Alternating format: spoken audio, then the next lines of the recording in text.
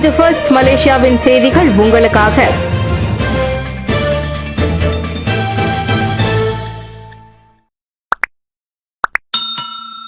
புஞ்சக் அலாமில் குழந்தையின் கன்னம் காதை கிள்ளி வீங்க வைத்த டாஸ்கா பணியாளர் கைது. ஸ்லாங்கூர் புஞ்சக் அலாமில் 11 மாத குழந்தையின் கன்னமும் காதும் வீங்கும் அளவுக்கு கிள்ளியதற்காக டாஸ்கா குழந்தைகள் காப்பகத்தின் பணியாளர் கைது செய்யப்பட்டுள்ளார். சனிக்கிழமை மதியம் அக்குழந்தையின் தந்தை புகார் அளித்ததை அடுத்து 24 வயது அப்பெண்ணை சுங்கைபுலோ போலீஸ் கைது செய்தது. வெள்ளிக்கிழமை மாலை வேலை முடிந்து குழந்தையை கூட்டி வர சென்ற போது அதன் வலது கன்னத்திலும் காதிலும் காயம் இருந்ததை தாய் கண்டுபிடித்துள்ளார்.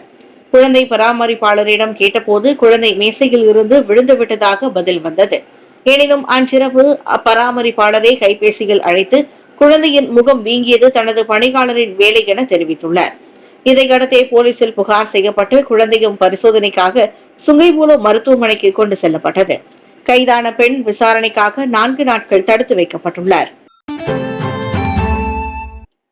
ஆசியான் தலைமை அன்வாருக்கு தக்சின் தனிப்பட்ட ஆலோசகரா? புதுமை பாஸ் சாடல். அடுத்த ஆண்டு மலேசியா ஆசியான் தலைவராகும் போது தாய்லாந்தின் முன்னாள் பிரதமர் தக்ஷின் ஷினாவட் தனது தனிப்பட்ட ஆலோசகராக இருப்பார் என்ற பிரதமர் ஸ்ரீ அன்வார் இப்ராஹிமின் அறிவிப்பு குறித்து பாஸ் கட்சியின் தகவல் பிரிவு தலைவர் கேள்வி எழுப்பியுள்ளார். இது இதுவரை நடந்திராத புதுமை என அகமது ஃபட்லி ஷாரி கூறினார்.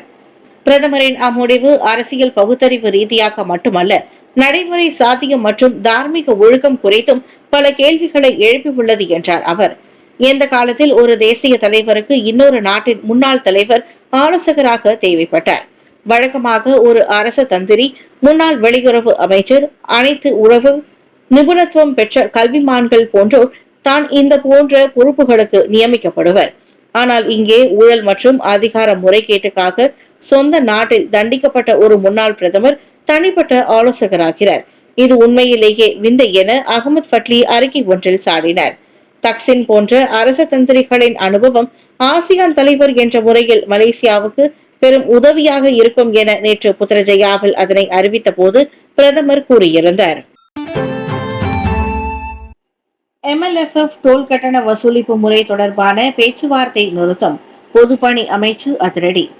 MLFF எனப்படும் வேகமாக செல்லும் வழிபாதை முறையிலான டோல் கட்டண வசூலிப்பு தொடர்பான பேச்சுவார்த்தை நிறுத்தப்பட்டுள்ளது.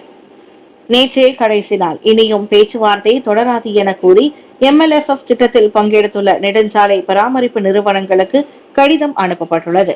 பொதுப்பணித்துறை துணை அமைச்சர் டாக்டர் ஸ்ரீ அகமது மஸ்லான் இந்த அதிரடி அறிவிப்பை வெளியிட்டார்.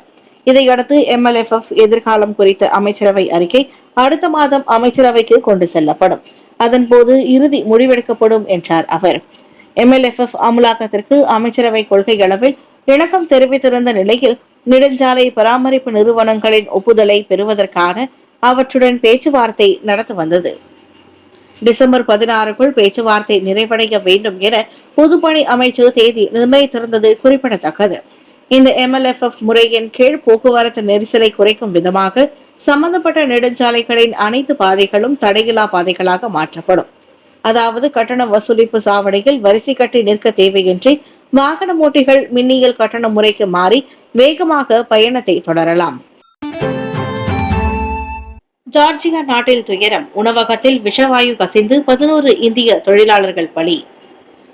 கிழக்கு ஐரோப்பா மற்றும் மேற்காசியாவுக்கு குறுக்கே உள்ள ஜார்ஜியா நாட்டின் இந்திய உணவகம் ஒன்றில் கார்பன் மோனாக்சைடு விஷவாயு கசிந்து 11 இந்தியர்கள் உயிரிழந்துள்ளனர். கோடாவாரி மலைப்பகுதியில் உள்ள உல்லாச தளத்தில் வெள்ளிக்கிழமை அச்சம்பவம் நிகழ்ந்துள்ளது. 11 பேரும் அவ்வுணவகத்தில் பணிபுரிந்த தொழிலாளர்கள் ஆவர். உணவகத்தின் 2வது மாடியில் ஓய்வெடுக்கும் பகுதியில் அவர்களின் உடல்கள் கண்டுபிடிக்கப்பட்டன.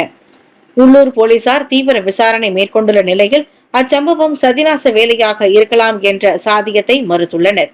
மாறாக கவனக்குறைவால் அந்த அசம்பாவிதம் ஏற்பட்டிருக்கலாம் என அவர்கள் சந்தேகிக்கின்றனர். இறந்தவர்களின் உடல்களை இந்தியா கொண்டு செல்ல தூதரக அளவில் ஏற்பாடுகள் நடைபெற்று வருகின்றன. ஜென்சாரோம் பேரங்காடியில் பெண்ணின் பாவாடைக்கு கீழிருந்து படம் எடுக்க முயன்ற ஆடவன் தேடப்படுகிறான். ஸ்லாங்கூர் ஜென்சாரோம் பேரங்காடியில் பெண் ஒருவரின் பாவாடைக்கு கீழிருந்து படம் எடுக்க முயன்ற ஆடவன் தேடப்படுகிறான். வைரலான அவனது அநாகரிக செயல் குறித்து பாதிக்கப்பட்ட பெண் புகார் அளித்துள்ளதாக குவாலலங்காட் போலீஸ் தலைவர் சூப்பரிண்டென்டென்ட் முகமது அக்மாரி சால் ரட்சி கூறினார். அவ்வாடவனின் நடவடிக்கையில் சந்தேகம் கொண்டு பேரங்காடியின் கேமரா பதிவை பார்த்த பின் அதிர்ச்சி அடைந்தார். இந்நிலையில் அதிகபட்சம் 5 ஆண்டுகள் சிறை மற்றும் அபராதம் விதிக்க வகை செய்யும் குற்றவியல் சட்டத்தின் கீழ் விசாரிக்கப்பட ஏதுவாக சந்தேக நபரை போலீஸ் தீவிரமாக தேடி வருகிறது.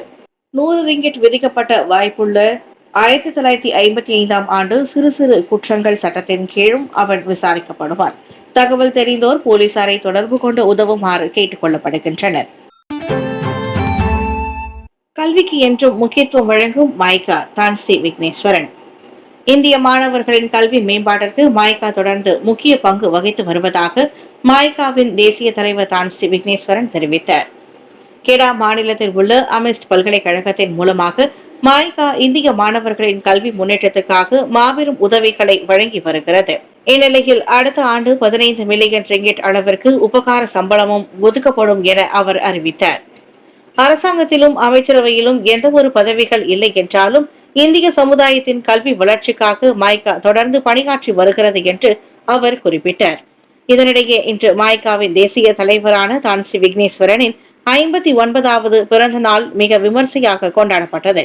இந்த விழாவில் மைகாவின் தேசிய துணைத் தலைவர் டாக்டர் ஸ்ரீ சரவணன் வாழ்த்து தெரிவித்து கட்சி தலைவரின் ஆற்றலையும் கட்சியை சீரிய திட்டங்களுடன் வெற்றிகரமாக வழிநடத்தும் அவரது சிறந்த பணிகளையும் பாராட்டினர். இன்று மைகா நேதாஜி மண்டபத்தில் நடைபெற்ற பிறந்தநாள் விழாவில் தேசிய உதவி தலைவர்கள், மத்திய செயலவை உறுப்பினர்கள், தொகுதி தலைவர்கள் உட்பட 500க்கும் மேற்பட்டோர் கலந்து கொண்டு சிறப்பித்தனர். படாங் பசார் அருகே நிகழ்ந்த துப்பாக்கிச் சூட்டால் பாதுகாப்பு படையினருக்கு அச்சுறுத்தல் இல்லை, போலீஸ் விளக்கம். சடோவில் அண்மையில் நிகழ்ந்த துப்பாக்கிச் சூட்டு சம்பவம் மலேசிய தாய்லாந்து எல்லையான படாங் பசாரில் பணியில் ஈடுபட்டுள்ள பாதுகாப்பு படையினருக்கு அச்சுறுத்தல் எதனையும் ஏற்படுத்தவில்லை. மாவட்ட போலீஸ் தலைவர் துணை ஆணையர் முகமது ஷஹரி அப்துல்லா அதனை உறுதிப்படுத்தியுள்ளார். தாய்லாந்து போலீசின் தகவலின்படி அத்துப்பாக்கிச் சூடு எல்லை பாதுகாப்பு பகுதியை நேரடியாக குறிவைக்கவில்லை என்பது தெரிய வந்துள்ளது. உண்மையில் டேனோக்கில் தங்கி தங்களிடம் காட்டுவதற்காக நண்பர் கொண்டு வந்த கைத்துப்பாக்கிகளை கண்ட இரு ஆடவர்கள் ஆர்வ மிகுதியில் அவற்றை சோதிக்க முயன்றனர். மோட்டார் சைக்கிளை எடுத்துக்கொண்டு மலேசிய தாய்லாந்து எல்லையில் இருந்து 1 கிலோமீட்டர் தூரத்தில் வானை நோக்கி சுட்டிருக்கின்றனர். அவர்கள் யாரையும் குறிவைக்கவில்லை. அது ஆர்வ கோளாறால் நடந்த சம்பவம் என தாய்லாந்து போலீஸ் கூறியுள்ளது. என்ற போதிலும் இருவரையும் கைது செய்த போலீஸ் சுடும் ஆயுதங்களையும் பறிமுதல் செய்தது. எனவே எல்லை பகுதி பாதுகாப்பு குறித்து யாரும் கவலைப்பட தேவையில்லை என முகமது ஷோக்ரி கேட்டுக்கொண்டார். அவ்வாடவர்கள் துப்பாக்கிச் சூட்டை கிளப்பும் வீடியோ முன்னதாக வைரலாகி வலைதளவாசிகளிடையே பாதுகாப்பு குறித்த ஐயத்தை ஏற்படுத்தியிருந்தது.